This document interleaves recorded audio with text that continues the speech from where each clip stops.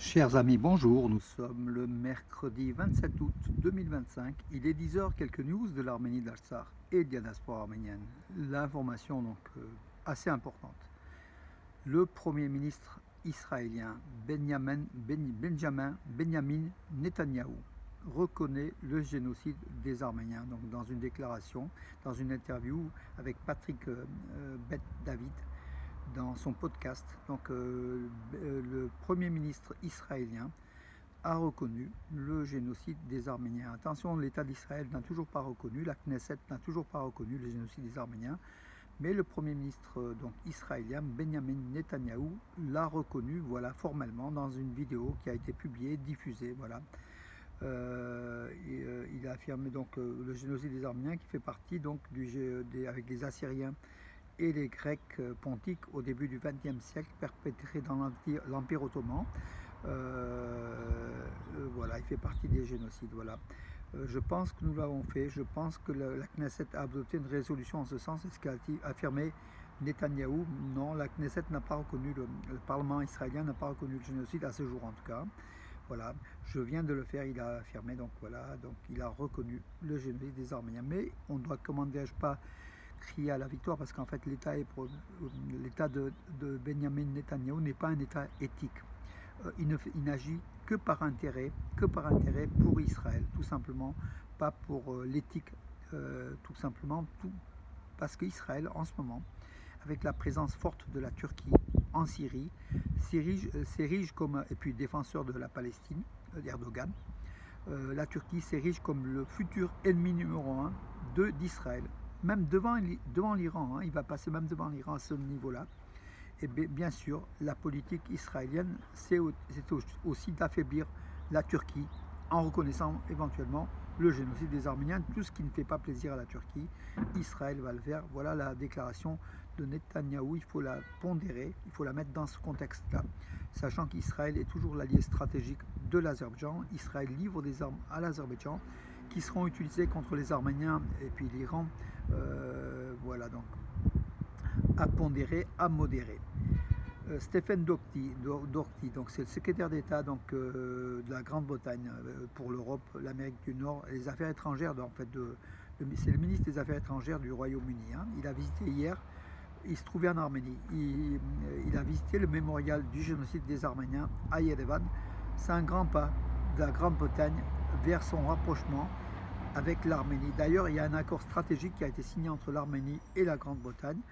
Il a été reçu, donc Stephen Doherty, il a été reçu avec la délégation britannique, il a été reçu par le Premier ministre arménien Nikol Pachinian à Yerevan. Il y a des accords stratégiques entre l'Arménie et la Grande-Bretagne. La Grande-Bretagne se rapproche de l'Arménie à grands pas. Pourquoi Parce que la Grande-Bretagne est l'ennemi numéro un de la Russie et l'Arménie s'écarte de plus en plus de la Russie, donc ça intéresse la Grande-Bretagne, donc il y a des intérêts stratégiques convergents, d'autant plus qu'après la signature de l'accord de paix du 8 août, du document de l'accord du 8 août 2025 à Washington, entre les États-Unis, l'Arménie et l'Azerbaïdjan, le Royaume-Uni se met aux normes de la politique américaine, sachant que le Royaume-Uni en Europe est un petit peu le satellite, le porte-parole de Washington. Hein, voilà, donc le rapprochement entre la Grande-Bretagne et l'Arménie s'inscrit dans ce périmètre-là, alors que la Grande-Bretagne a des intérêts avec la British Petroleum en Azerbaïdjan, des intérêts de plusieurs milliards d'euros. Voilà. D'ailleurs, il a visité Bakou, hein, avant Yerevan, le ministre des Affaires étrangères de Grande-Bretagne. Mais bon, l'Arménie peut aussi gagner, effectivement, mais tout en...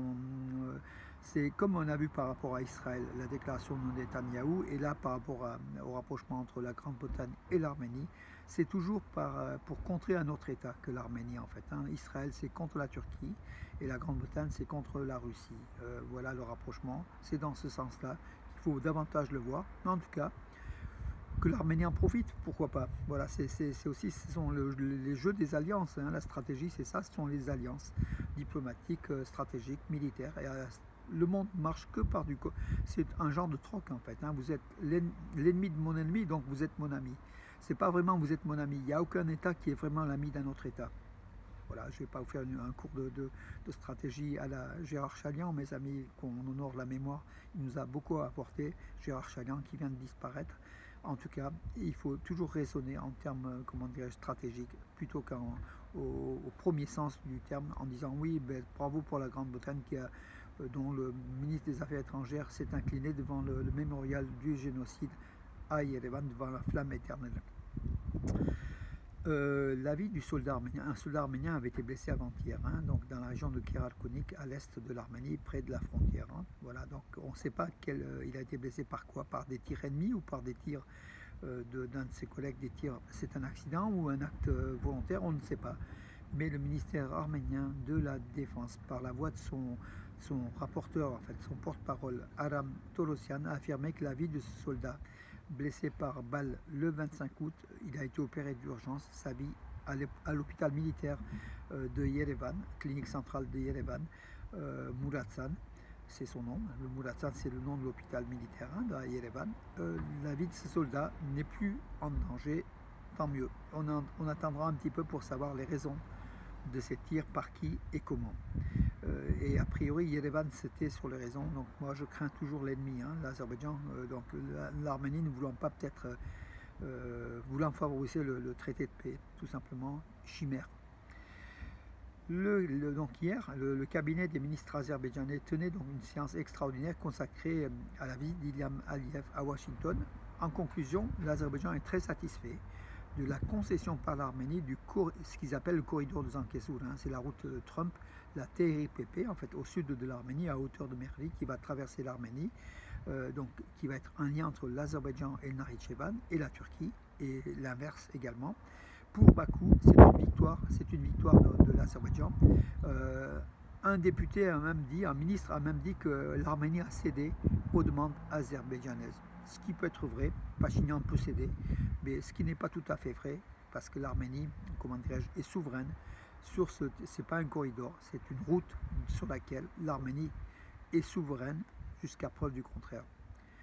La compagnie aérienne low cost Wizz Air lance des vols directs entre Gümri et Larnaca, aller-retour Gümri-Larnaca, donc en Chypre, à partir du 30 septembre. Voilà la compagnie de départ aéroport Chirac de Gümri, qui est le deuxième aéroport international de l'Arménie après Zvatnots, mais avec une fréquentation 100 fois moins importante. Hein, mais là, l'État arménien, le gouvernement arménien désire développer cet aéroport de Chirac de Gümri qui a le potentiel de développement. Et voilà, donc avance surtout des avions allés vers la Russie avec la base 102 russe stationnée en Arménie. Il y avait des vols, beaucoup de soldats qui allaient, qui revenaient, puis des citoyens, des habitants de la deuxième ville d'Arménie, de Gümri. Là, aujourd'hui, ils peuvent même aller en vacances sans passer par Yerevan. Ils peuvent aller à Larnaca, à Chypre. Voilà. Et peut-être aussi des habitants d'Arménie qui vont venir à l'aéroport de Gümri prendre cet avion low cost qui coûte vraiment pas cher. Les premiers prix, c'est je crois autour de 14,99 €, vous vous rendez compte. Voilà, c'est du low cost. Que dire d'autre? Les exercices militaires conjoints arméno-américains Eagle Partner 2025 sont terminés avec succès. C'est ce qu'a affirmé l'ambassade des États-Unis à Yerevan. Voilà donc une relation, coopération entre l'Arménie et les États-Unis, rapprochement entre Yerevan et Washington. Ces exercices Eagle Partner 2025 se sont tenus en Arménie. Voilà.